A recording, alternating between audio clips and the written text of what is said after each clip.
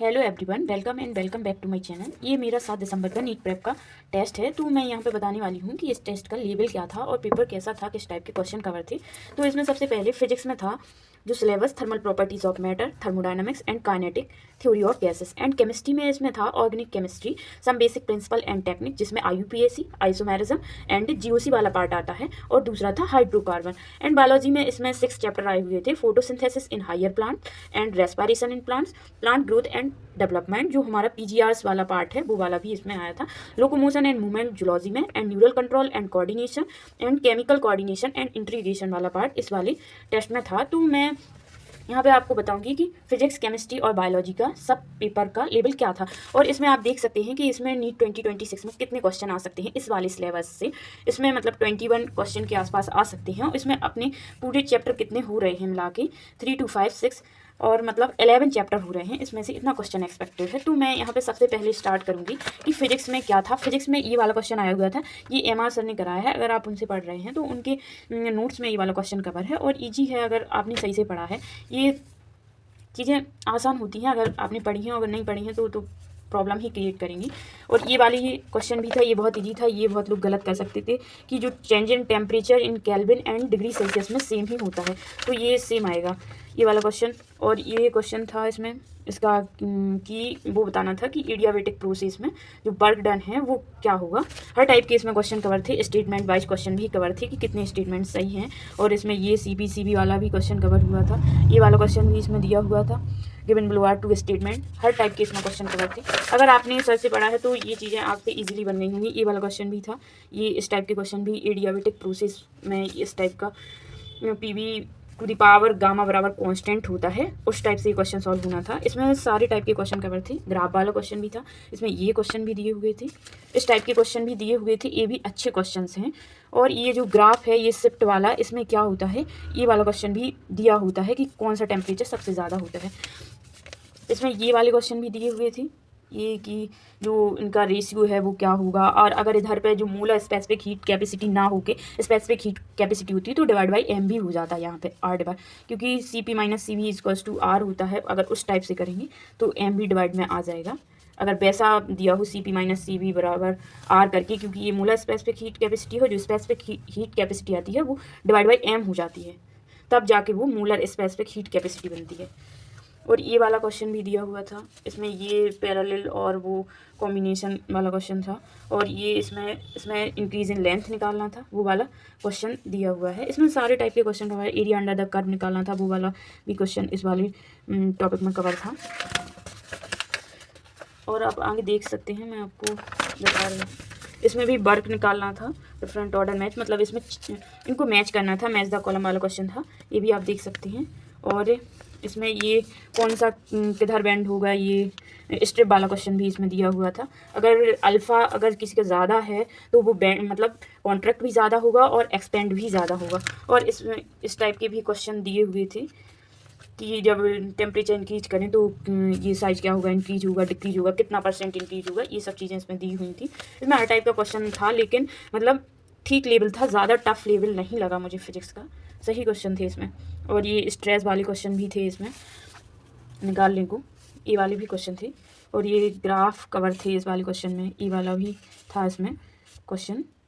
इसके बेस पे जो रियल गैस और आइडियल गैस वाला क्वेश्चन होता है, उसमें से हमें बताना था कि कौन सा कहाँ शिफ्ट हुआ है, मतलब उसके बेस पे 3 क्वेश्चन बताने थे, ये दिए हुए थे। तो इनमें से चीज़ें क्लियर करनी थी कि टेम्परेचर कौन सा ज़्यादा होगा और ये कौन सा इजीली लिक्विफाई होगा, कौन सा बाद में लिक्विफाई होगा, इन सब चीज़ों के बारे में बताना था। इसमें अच्छे क्वेश्चन थे। और केमिस्ट्री में भी इसमें निकालना था, ये डिमास मेथड से क्वेश्चन दिया हुआ था। इसमें बताना था कि कैसे % ऑफ नाइट्रोजन क्या है। और इसमें हाइड्रोकार्बन वाला भी पार्ट था, तो इसमें वो चीज़ें भी कवर थी। इसमें वो डीएक्टिवेटिंग एंड एक्टिवेटिंग ग्रुप बताना था इस वाले क्वेश्चन में। और इसमें हमें सिग्मा एंड पाई काउंट करने थे इस वाले क्वेश्चन में। और इसमें हमें बताना था ऑर्डर ऑफ एसिडिक स्ट्रेंथ बताना था इस वाले क्वेश्चन में। और इस वाले क्वेश्चन में पहले हमें क्या करवाना था, हाइड्रोजनेशन, वो जो अल्काइन के लिए कराते हैं वो वाला, फिर उसके बाद ओजोन से रिएक्शन करानी थी इस वाले क्वेश्चन में। और ये इसमें हमें बताना था कि मोस्ट स्टेबल कंपाउंड कौन सा है, which of the following compound is most stable. और इसमें ये वाला क्वेश्चन था stabilisation of carbocation methyl group is primarily due to, क्योंकि अगर इसमें हाइपर कॉन्जुगेशन ऑप्शन में आता है प्लस आई तो हाइपर कॉन्जुगेशन लगाना पड़ेगा, क्योंकि उस पर स्टेबिलिटी ज़्यादा होती है, सबसे ज़्यादा मीजोमेरिक इफेक्ट की, फिर हाइपर कॉन्जुगेशन की, फिर इंडक्टिव इफेक्ट की होती है। इसमें ये चीज़ बतानी थी। और ये इसमें भी ये वाला क्वेश्चन दिया था कि stability of the given carbocation, तो इसमें स्टेबिलिटी बतानी थी।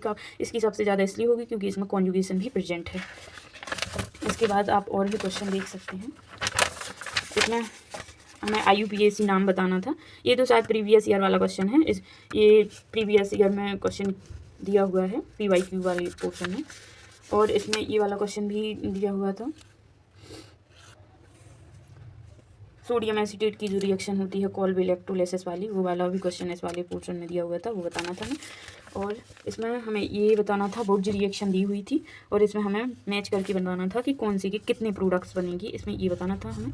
और इस वाले में जो रेजोनेंस के बेसिक पोर्शन पे बीच क्वेश्चन था, resonance structure of a molecule should not have, क्योंकि जो रेजोनेंस होता है उसमें एटम्स मूव नहीं करते हैं, ओनली पाई इलेक्ट्रॉन्स मूव करते हैं, मतलब पाई बॉन्ड की शिफ्टिंग होती है, और इनकी सेम एनर्जी कंटेंट होते हैं। जो रेजोनेंस होता है उसमें इलेक्ट्रॉन पेयर्ड अनपेयर्ड जो एक रेजोनेटिंग स्ट्रक्चर में होते हैं वही दूसरी वाली में होते हैं, बस इसमें आइडेंटिकल बॉन्डिंग नहीं होती है, क्योंकि जहाँ पे बॉन्ड होता है वहाँ पे दूसरी स्ट्रक्चर में नहीं हो सकता है, अगले में हो सकता है। तो वो जब हाइब्रिड बनाते हैं डॉटेड स्ट्रक्चर से, तो उसमें पता चलता है कि ये पार्शियल बॉन्ड यहाँ पे प्रेजेंट है, तो इसलिए ये वाला ऑप्शन सही है इसमें।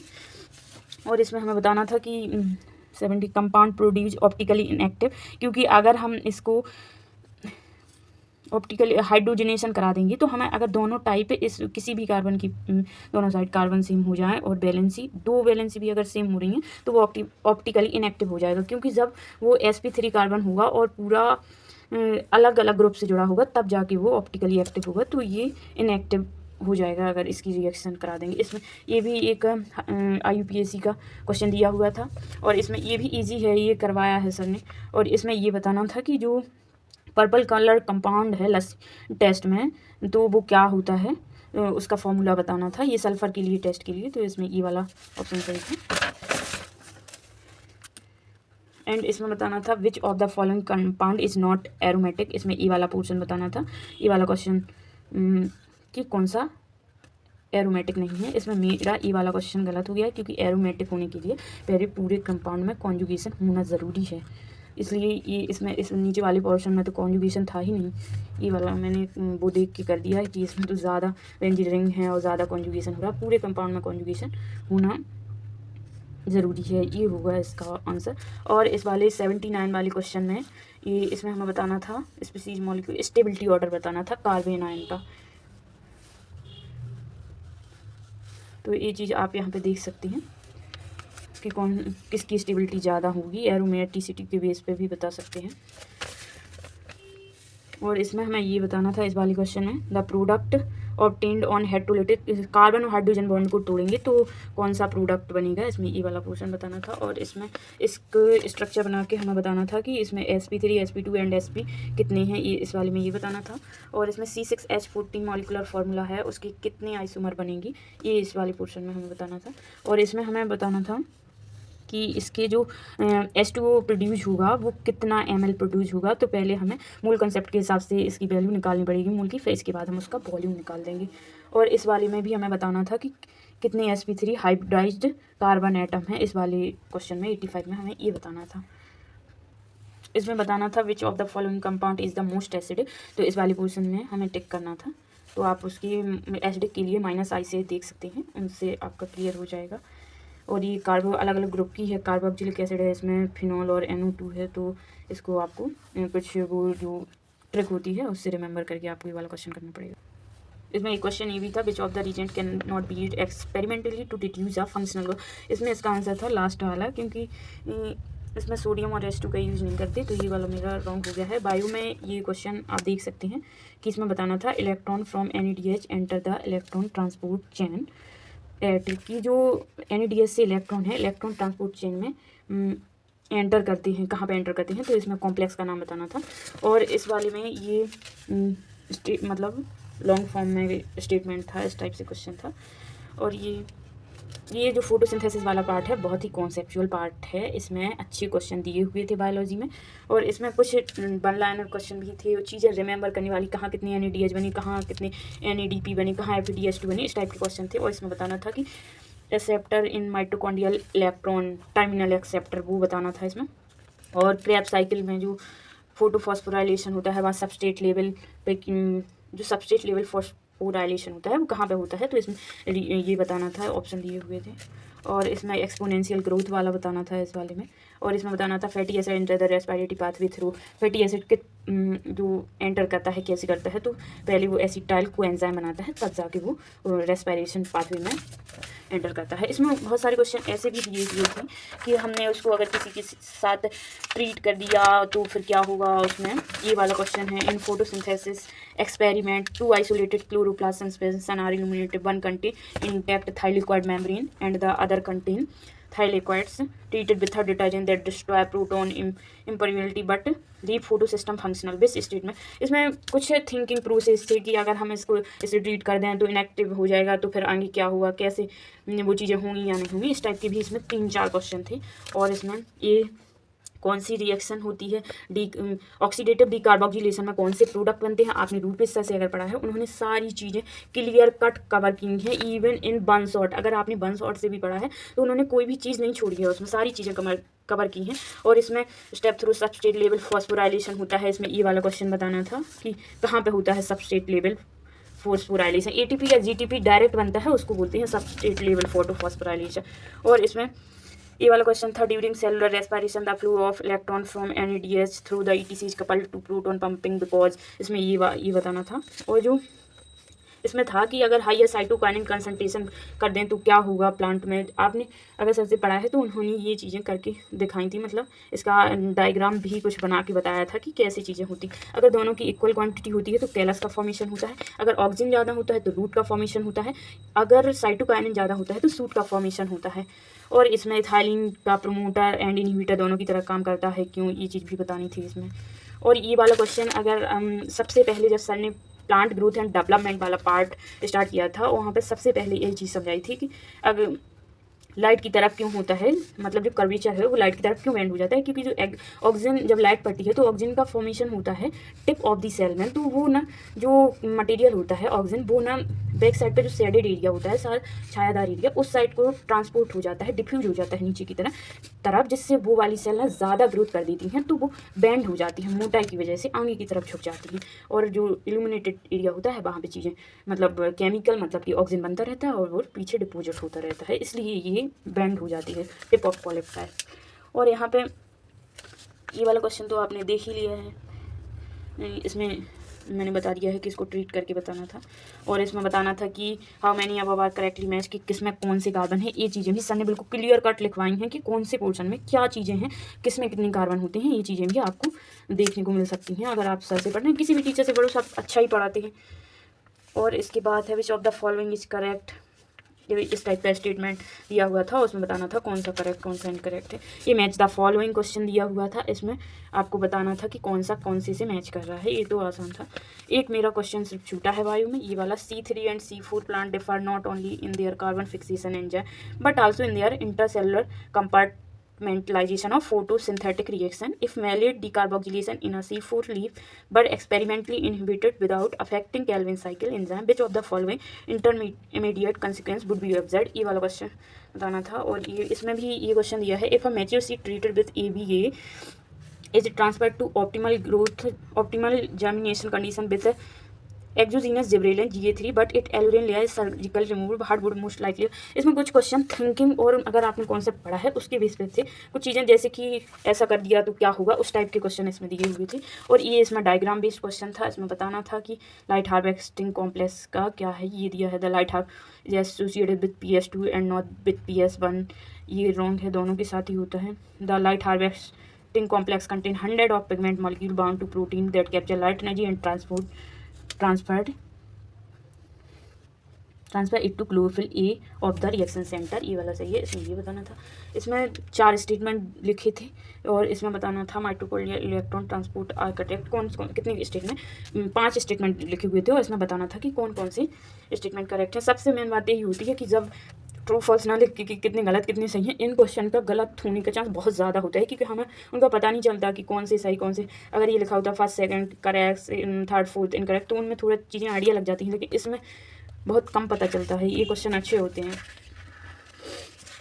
और इसमें ये वाला क्वेश्चन भी एक दिया हुआ था, malate dehydrogenase catalysis the final step of the Krebs cycle at operate in a direction thermodynamically unfavourable under standard condition which feature of mitochondrial metabolism ensure the forward direction of the reaction in vivo. ये वाला question बताना था, क्योंकि अगर fumarate ज़्यादा form होगा तो वो आगे की तरफ पुश अप करेगा फॉरवर्ड रिएक्शन। और ये वाला क्वेश्चन जो है, ये जो प्लांट ग्रोथ एंड डेवलपमेंट वाले पोर्शन है उसमें ये डायग्राम दिया है, उसके बेस पे यहाँ पे बताना था। और ये सन ने इस टाइप के जब क्वेश्चन कराया था, वही वाला जब ऑक्सीजन केमिकल बनता है, पीछे डिपोजिट होता है, जिससे वो सेल बहुत ज़्यादा मोटी हो जाती है, वो बेंड कर जाता है, ये वही है। तो इसमें सन ने ये ओपेक चीज़ अगर रख देंगे तो क्या होगा, ट्रांसपेरेंट रख देंगे तो क्या होगा, और जिलेटिन रख देंगे तो क्या होगा। जिलेटिन से पास कर जाती है लाइट, लेकिन अगर कोई ओपेक चीज़ रख देंगे तो पास नहीं कर पाएगी। तो इसमें वो सारी चीज़ें दी हुई थी इस वाले क्वेश्चन में। और ये इसमें बताना था, ये हिल वाला थोड़ा सा एक्स्ट्रा था इसमें शायद, हाँ लेकिन एक्स्ट्रा तो नहीं है, बताया तो है सर ने। तो इसमें ये चीज़ें हमें देख के पता, 3 तो पता चल गई थी, तो चौथा तो अपने आप ही पता चल जाता। और इसमें ये ग्लाइकोलिसिस वाला पोर्शन दिया था, उसके बेस पे हमें बताना था कि कौन सा ऑप्शन करेक्ट होगा। इसमें हर टाइप के वैसे क्वेश्चन कवर हुए थे। फिर से वही सेम टाइप का क्वेश्चन दिया हुआ है, how many of the following statement about photosystem and photophosphorylation are correct. इन वाली क्वेश्चन का इनकरेक्ट होने का चांस बहुत ज़्यादा होता है। इसमें ये क्रेब्स साइकिल दी थी, और इसमें बताना था हमें कि कौन सा स्टेटमेंट सही है कौन सा नहीं सही है। सेम अगेन उसी टाइप का क्वेश्चन है कि हाउ मेनी आर ट्रू। ये वाला जो एनसीईआरटी में डायग्राम है उसके बेस पे क्वेश्चन था C3 C4 के लिए। और इसमें ये वाला जो पोर्शन था, इसमें बताना था, हमें मैच करना था कि कौन सा एंजाइम जो को एंजाइम है उनका क्या रोल है रेस्पिरेशन में। और इसमें ये जो प्लांट ग्रोथ एंड डेवलपमेंट वाला पार्ट है, उस वाले पार्ट से क्वेश्चन जो ग्राफ बना है उस वाले पोर्शन से क्वेश्चन था। इसमें ये बताना था कि कौन सा स्टेटमेंट करेक्ट है कौन सा इनकरेक्ट है। और इस वाले में ये डायग्राम वो है जो एनसीईआरटी में दिया है, उसी के बेस पे इस वाले क्वेश्चन का आंसर करना था। और एक वाला ये क्वेश्चन भी उसी थिंकिंग बेस है। A plant mutant defective in polar auxin transport to normal cell division but lack differential elongation in coleoptile under unilateral light, what does this suggest about auxin functional mechanism. हमें इसके बारे में बताना था कि अगर हम उनको इनएक्टिव कर दें और नॉर्मल सेल डिवीज़न बना रहे तो क्या होगा, मतलब अगर वो म्यूटेंट है तो इसको, इस वाले क्वेश्चन को इस तरीके से सॉल्व करना था। और ये वाले क्वेश्चन अभी तो नॉर्मल है, ये था उसका केमिकल कंट्रोल एंड कोऑर्डिनेशन वाले पार्ट का, ये भी क्वेश्चन उसी चैप्टर का था। और इसमें सारे क्वेश्चन ही अच्छे थे, काफ़ी क्वेश्चन फोटोसिंथेसिस वाले तो होते ही हैं कॉम्प्लेक्स। ये वाला एक क्वेश्चन था कि विच of the following statement about insulin and glucagon is true. इसमें बताना था कि कौन सा करेक्ट है कौन सा इनकरेक्ट है ग्लूकागॉन और इंसुलिन की रिगार्डिंग। इसमें था choose the pair which both gland are exocrine as well as end. इसमें पेनक्रास एंड टेस्टिस दोनों दिया था, एंड पेनक्रास एंड गोनस था, तो गोनस ज़्यादा बेटर ऑप्शन, क्योंकि इसमें ओवरी एंड टेस्टिस दोनों आ जाएंगे, लेकिन इसमें सिर्फ टेस्टिस आएगा, तो ये ज़्यादा बेटर ऑप्शन था। और इसमें बताना था which correctly represent the pathway of a reflex arc, इसमें ये वाला बताना था। इसमें डायग्राम भी बहुत सारे क्वेश्चन थे, इसमें बताना था कि ए बी कौन है, इसमें से रेडियस और अल्ला बताना था। इस वाले पोर्शन में ये जो डायग्राम एनसीईआरटी में दिया है, मेलाटोनिन क्या करता है जो पीनियल ग्लैंड से सीक्रेट होता है, ये आप पास से देख लेंगे। इसमें क्या बताना था, इसमें बताना था identify A and B bond. और इसमें ये मायोसिन वाला भी क्वेश्चन था कि कौन सा स्टेटमेंट इसके रिगार्डिंग करेक्ट है कौन सा इनकरेक्ट है। और इसमें बताना था पेक्टोरल एंड पेल्विक गर्डल के रिगार्डिंग कुछ स्टेटमेंट लिखे हैं, उनको पढ़ के बताना था कि कौन से करेक्ट हैं। और इसमें जो contraction of skeletal muscle fibre होता है उनका बिहेवियर बताना था सार्कोमियर के लिए, क्योंकि इसमें जो ऐसी ट्रिक होती है उसमें, तो जो म्यूरोमायोसिन है उसकी लेंथ नहीं बदलती है, एक्टिन की लेंथ नहीं बदलती है, और ना ही ई बैंड की लेंथ बदलती है, आई बैंड वगैरह की लेंथ बदलती है। तो उस बेस पे ये वाला क्वेश्चन का आंसर करना था। इसमें ये वाला क्वेश्चन भी दिया हुआ था, synovial joint in the given portion, इसमें कौन सा साइनोवियल जो जॉइंट प्रेजेंट है, हिप बोन जो फीमर में फिट अप होती है जो बोन। और इसमें बाइसेफेलिक क्यों बोलते हैं, क्योंकि आगे वो स्टर्नम से कनेक्ट होती हैं और पीछे वर्टिब्रल कॉलम से कनेक्ट होती हैं। और इसमें जॉइंट्स के बारे में लिखा हुआ था, तो उसके करेक्टरिस्टिक के बेस पे बताना था कि कितनी स्टेटमेंट करेक्ट है। इसमें ये वाला डायग्राम दिया था सिनेप्टिक ट्रांसमिशन वाला, कि क्या प्रोसीजर होता है, इसका क्वेश्चन नेक्स्ट पेज पे लिखा हुआ है। और इसमें सिनेप्टिक ट्रांसमिशन अगर प्रोलॉन्ग कर दिया जाए, अगर उसमें एसिटाइल कोलिन वगैरह बहुत टाइम तक रहे तो क्या प्रोसेस होगा, इसमें ये वाला बताना था। ओवर स्टिमुले कैसे हम मतलब जो ओवर स्टिमुलेशन है उससे बच सकते हैं। और differentiate red and white fibre के बारे में डिफ्रेंशिएट करना था। और जो पोस्ट मीनोपोजल प्रोसेस होती है, जो मीनोपोज हो जाता है तो जो ऑस्टियोपोरोसिस होता है वुमेन्स में, वो क्यों होता है, तो ये उसका रीज़न देना था। Osteoporosis is a condition common in post menopausal women is describe, जो ओवर 50 एज होती है उनमें ये प्रॉब्लम होती है, तो उसका क्या रीज़न था ये इसमें बताना था। और जो इसमें डायग्राम बेस्ड क्वेश्चन काफ़ी थे। जो पिछला क्वेश्चन था सिनेप्टिक ट्रांसमिशन, उसका स्टेटमेंट यहाँ पे लिखे हैं, उसके बेस पे हमें आंसर करना था। ये सोडियम पोटेशियम पंप के बेस पे क्वेश्चन था कि क्या है ये बताना था। उस पर vertebro sternal ribs are best described, उसके बारे में हमें यहाँ पे बताना था। और जो मोटर यूनिट है वो क्या इंक्लूड करती है। और ये जो ब्रेन का डायग्राम है उसके बेस पे हमें बताना था कि कौन सा पोर्शन क्या काम करता है, तो उसके बेस पे आंसर करना था इस वाले क्वेश्चन में। और कार्डियक मसल और जो अदर मसल से कैसे डिफरेंट होती हैं, इसमें मेन रीज़न यही होता है कि उसमें इंटरकैलेटेड डिस्क होती हैं और यूनिन्यूक्लिएटेड ही होती हैं, और जो स्केलेटल मसल होती हैं वो मल्टी न्यूक्लिएटेड होती हैं। तो हमें इसमें ये वाला पोर्शन ये इसके बेस पे आंसर करना था। और इसमें ये जो थायराइड और पैराथायराइड ग्लैंड्स हैं उसका डायग्राम दिया हुआ था, और हमें इसको पढ़ के डिसाइड करना था कि कौन सा आंसर सही है। इसमें लिखा है the parathyroid gland present on the ventral surface of the thyroid secret calcitonin which increase blood calcium. पहली बात तो ये है कि जो पैराथायराइड ग्लैंड होती हैं वो डोर्सल साइड पे होती हैं, और ये डायग्राम में भी लिखा है अगर आपको याद नहीं है तो। और जो थायराइड ग्लैंड होती हैं वो वेंट्रल साइड पे होती हैं, जहाँ पे हम ये कुछ सी शेप रिंग सी फील होती हैं। अगर आप इधर पर गले पे हाथ रखेंगे जहाँ पे थायराइड ग्लैंड होती है तो वहाँ पे पता चले वो आगे थायराइड होती है, उनके बैक साइड पे 2 पेयर्स ऑफ पैराथायराइड ग्लैंड होती हैं। तो ये वाला स्टेटमेंट गलत हो गया था, इसको इस बेस पे करना था। और थिन एक्टिन मायोफ्लामेंट के बारे में बताना था कि एफ एक्टिन का क्या कंपोजिशन होता है, तो उसके बेस पे ये वाला आंसर करना था। मायोसिन हेड पे जब एटीपी बाइंड करता है तो क्या होता है, इसमें इसके बेस पर आंसर करना था। और ये क्वेश्चन जो केमिकल कोऑर्डिनेशन वाली चैप्टर है उसमें डायग्राम दिया है कि जो हाइपोथैलेमस है वो इंटीरियर पिट्यूटरी को कैसे वो करता है, इंटीरियर पिट्यूटरी को कैसे कंट्रोल करता है, उसके बारे में यहाँ स्टेटमेंट लिखी थी, उनको पढ़ के हमें बताना था कि कैसे कंट्रोल करता है। और ये लास्ट था, ये भी थिंकिंग बेसिक क्वेश्चन था थोड़ा, उसमें ट्रुथ थी। आप patient receive a drug that selectively destroy interior pituitary cell producing ECTH but leave hypothalamic and adrenal cells intact which hormonal pattern will most likely be observed after several weeks। तो उस पर क्या effect होगा हमें यहाँ पे इस वाले क्वेश्चन में बताना था। तो ओवरऑल पेपर का मैंने पूरा आपको बता दिया है कि पेपर का रिव्यू कैसा था। और अब आप देख सकते हैं कि सारा ही पोर्शन अच्छा था, लेकिन बायो का पोर्शन काफ़ी अच्छा था और फिजिक्स भी अच्छी थी, सारे क्वेश्चन अच्छे थे इसमें।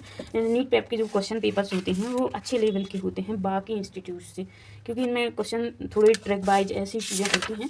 तो आप बताइए कि आपका पेपर कैसा गया, आपने कितना स्कोर किया है, और आपका तैयारी कैसी चल रही है, आपका कितना सिलेबस कंप्लीट हो गया है, ये सब।